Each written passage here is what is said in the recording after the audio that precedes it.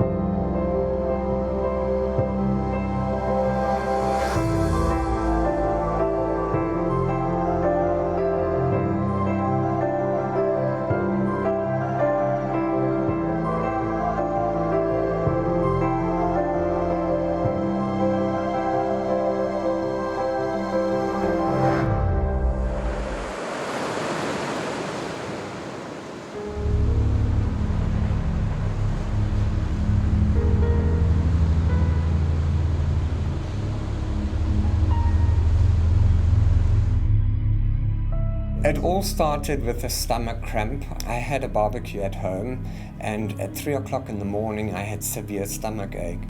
I had a reflux operation a few years before, which means that if I eat something, I can't just get sick. It has to work itself through the digestive system. I'd gotten to the ER, and the doctor decided, no, he's also going to do blood tests and send me for an X-ray. And they'd just done the bloods. I had gone off to the X-ray, and the next thing the doctor came in and said, stop everything, get me back to casualties now. ER's on its way, because they found cardiac fluids in my blood. En route, I had the first heart attack in the ambulance, and then continued through to Christian Barnard. And when I arrived there, I had the second heart attack at the ER. The fact that I ended up having heart failure is actually, to this day, a bit of a mystery, because none of the doctors could really pinpoint what the cause was. I was extremely fit. I was not overweight. I was very active. And for me, I always thought, that people that are overweight are the people that end up, and old people are the ones that get heart attacks and things. I didn't think it would ever hit me.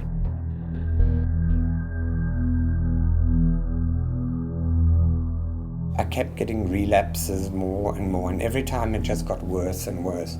Eventually I was admitted on a permanent basis, and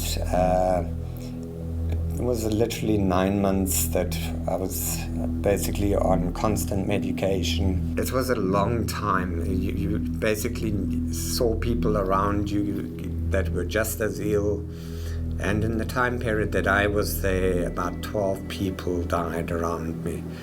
I just said to myself, I wonder if it's going to happen to me as well.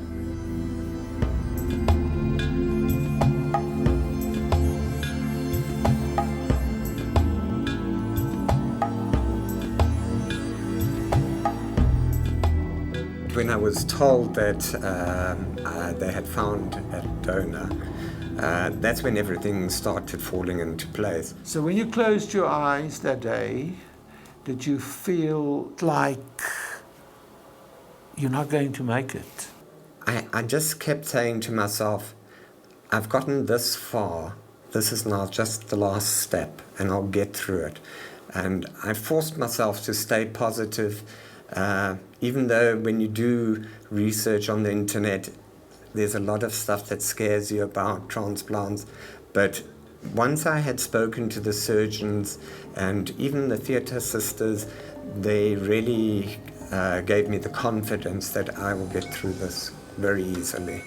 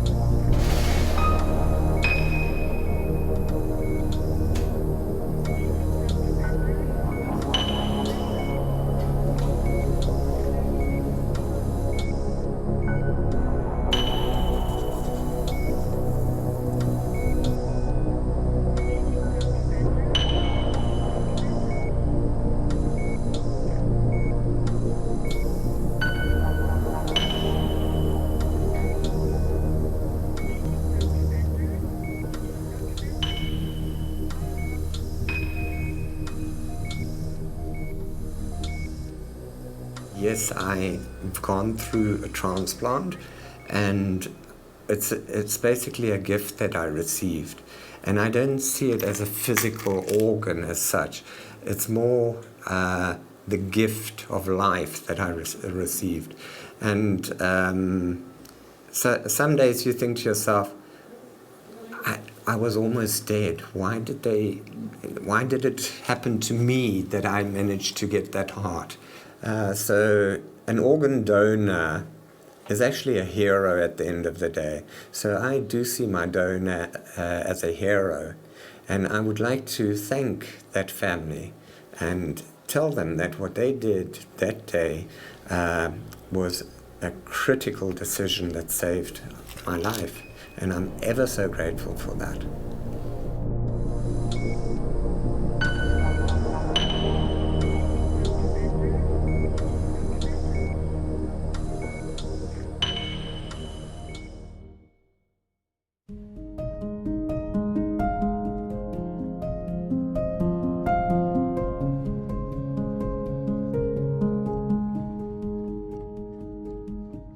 After the transplant, the pain only started on, I would say, the third, fourth day. To move was very painful, but the more you moved, the better it became. It's not all sunshine and roses. It was very difficult in the beginning because, first of all, I had to walk properly again. When you start on your medication, there are so many side effects. You start crying unless you don't even know why you're crying. I have a lot of short-term memory loss. So I couldn't tell you what I had for dinner last night. I would really have to think, what did we eat last night? So that has definitely, and I would say one thing that has, since my transplant, has also affected me was my eyesight. My eyesight deteriorated horrendously, but that could be through the steroids and medication again. But other than that, I spent 2 Christmases and 2 New Years in the ICU, and 2018 will be the first year that I'm actually going to be home for Christmas.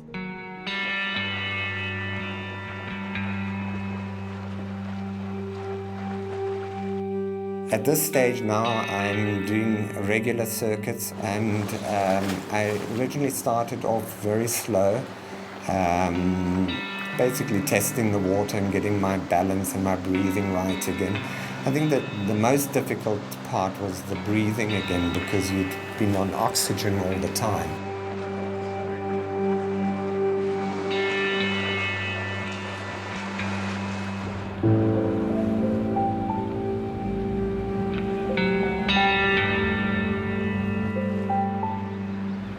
Tell me, Werner, today it looks as if you're not really coping.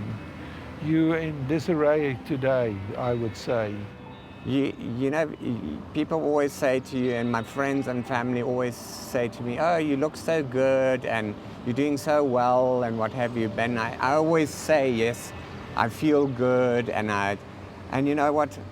Sometimes I think to myself, yes, if you only knew what nightmare is actually going on in my life and how I have to cope with things that the normal person doesn't even know about. Like what? You know, you struggle every single day because you feel nauseous from the drugs. You struggle to pay the bills. I'm not working. I haven't worked for 3 years.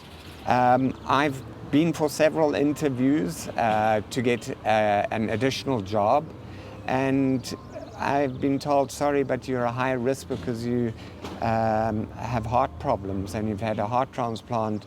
We don't really, we don't want to take you on. So you deal with that type of discrimination as well. So how do you go forward? It's a new lease on life, but it is a huge struggle. Yeah. And But is it ever adapt. going to get better? Yeah. That is what one hopes.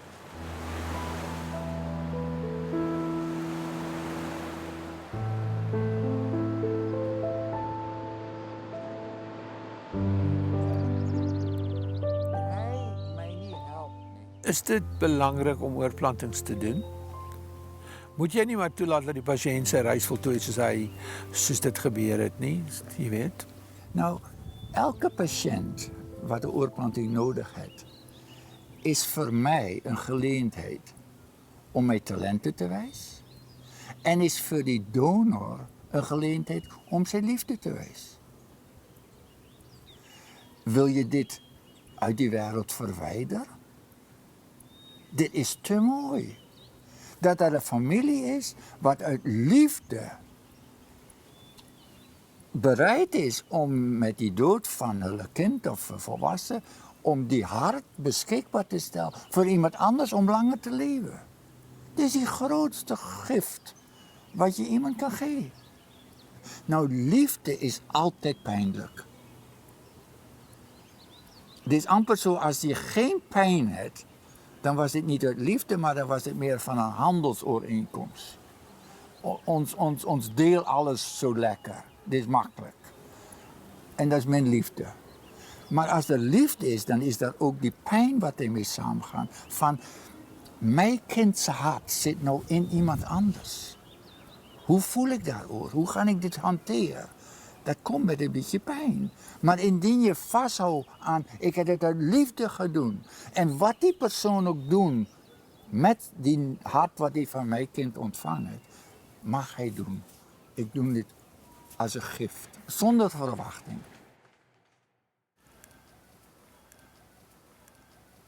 Dan 'n hartoorplanting jou menswees verander? Een hartoorplanting verandert definitief jouw gevoelens, jouw wezen. Dit affecteert jou. Maar dit hoeft niet voor een lange tijd te wezen. Want zoals elke cel in je lichaam vervangen wordt door nieuwe cellen na een periode. En ik veronderstel na 7 jaar of zo is die hele hart amper vervangen met nieuwe cellen. Zo zal die nieuwe cellen meer jouw zelf wezen, meer jouw eigen genetica, meer jouw eigen gevoel geven. Dus alhoewel er een verandering in die begin is, met tijd voel jij dat je wordt weer meer jezelf. En dit uit zich ook in die immuunonderdrukking. Want je hebt immuunonderdrukking nodig om verwerping tegen te gaan. Met tijd heb je minder onderdrukking nodig. In die beginperiode is dat vooral een sterke behoefte van die lichaam om die nieuwe orgaan te verwerpen. En dit is ook mogelijk, niet net een genetische verwerping, mogelijk is dit ook een psychische verwerping. I think the coordinators could do a lot more. There's no, for instance, after transplant, they hand you a booklet and literally there you go and everything's supposed to be fine, but you cannot believe how many things go wrong, how many side effects, how much stuff you have to Google, which all should have been part of the coordinators' constant follow-ups. Since my transplant, I haven't had any follow-ups with any of the coordinators. So I think they just pretty much say, well, you've got your heart now, off you go. Live with it and be grateful, which I am. But I just find that they could do a little bit more. If you know what you know now, would you go for a heart transplant again? Very difficult question. Would I go for a transplant again? I think if you really were in that position, you clutch onto life because you so desperately want to live. But it's been such a struggle that there's many times that I wonder, was this actually worth it? Let's try this now. Let's try to fix this. I'm going to help you fixing this in a way. I don't know how, but I have to think about it. And then we'll take it from there, I just want you to be more positive.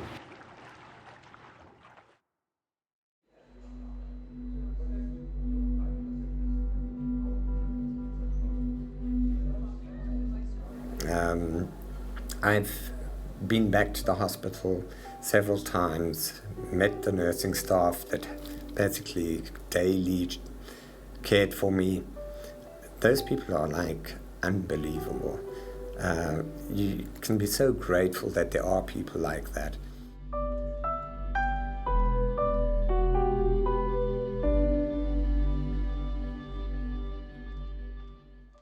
Susan, you were the surgeon. How do you feel about the transplant? Are you happy, Susan? I think one should always realize that it's not the answer, it's not the perfect solution. It is changing one disease for another, but you change something that is imminently life-threatening to something that you can have good quality of life, but there is a price to pay. There is the medication you should take, the side effects of the medication, the emotions that you need to deal with. But those are all part of what we should address as we become aware of it. In cases like this, or people that feel down after major events, it's the equivalent of a post-traumatic stress disorder. If you had a heart attack, if you had the operation, if you had a transplant, that's a natural cycle, and there are ways of addressing it. I think where one can, one should address it specifically, take away stressful factors, do some medication if medication is indicated, and then evaluate again afterwards. What is also happening, but Werner can tell you, he's designed a very nice website which is all about transplantation, and what he wants to do with that is to focus on things that people don't normally focus on. For instance, we manage the medication and the follow-up and how you are physically, but there are a lot of other factors where people need definite support, whether it's financial, emotional, psychological, or whatever. That is very important. There is really nothing in this country that addresses those aspects, and we're also going to cooperate with him to get that off the ground. Definitely there's a need for it. You know, you have your transplant, you take your medication, but there's a lot of other things that, as a transplant recipient, you go through that the surgeons don't feel, and unless you actually talk about it, that it actually comes out.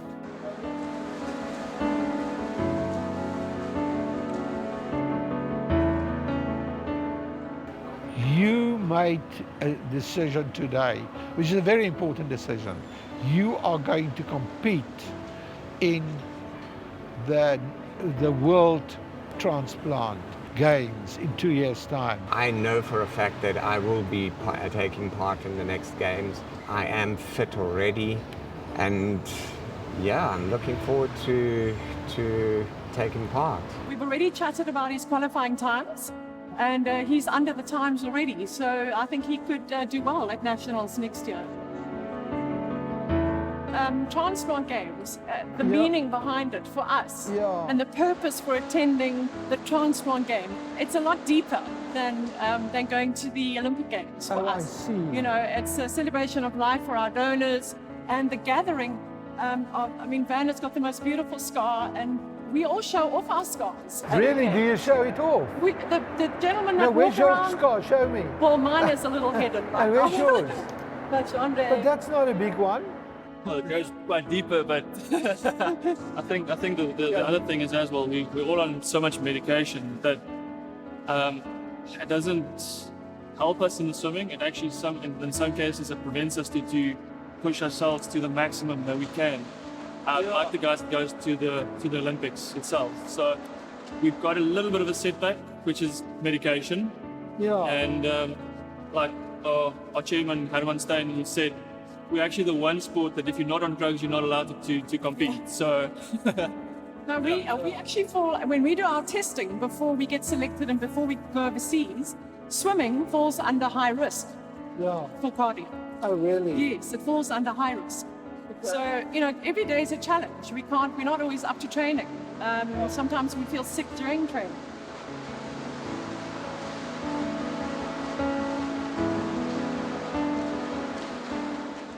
How did you make peace with your circumstances? I think you make peace with it in the fact that I'm extremely grateful for my donor, and I think my entire aspect of life and my look out in life has changed.